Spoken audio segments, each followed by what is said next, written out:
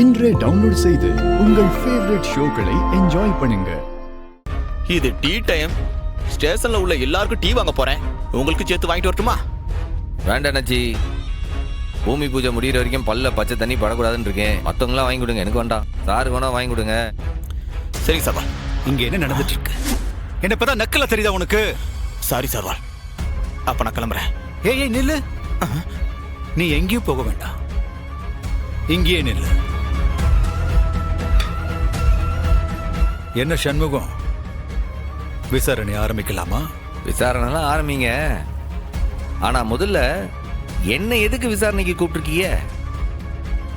என் மேல 6 கம்ப்ளைண்ட் கொடுத்தா? இங்க பாரு, நடக்கிறது விசாரணை.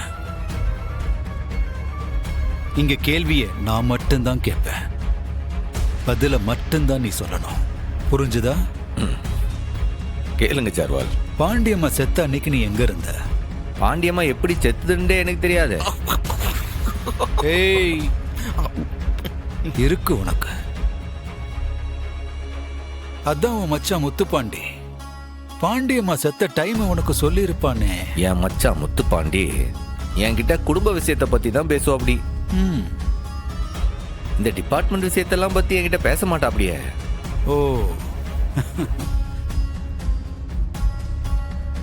பாண்டியம்மா செத்த அன்னைக்கு சவுந்தரபாண்டி வீட்டுல நீ இருந்தியா? ஓ, நான் என் மாமனார் வீட்டில் இருக்கும்போது தான் இந்த பாண்டியம்மா செத்தாளா?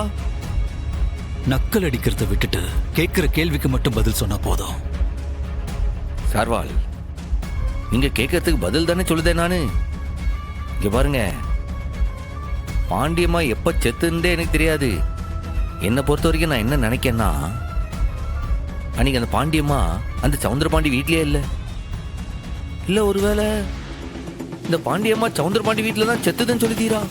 ஏச்சி, இங்க பாரு, பதில மட்டும் நீ சொன்னா போதும், கேள்வி நான் தான் கேட்பேன்.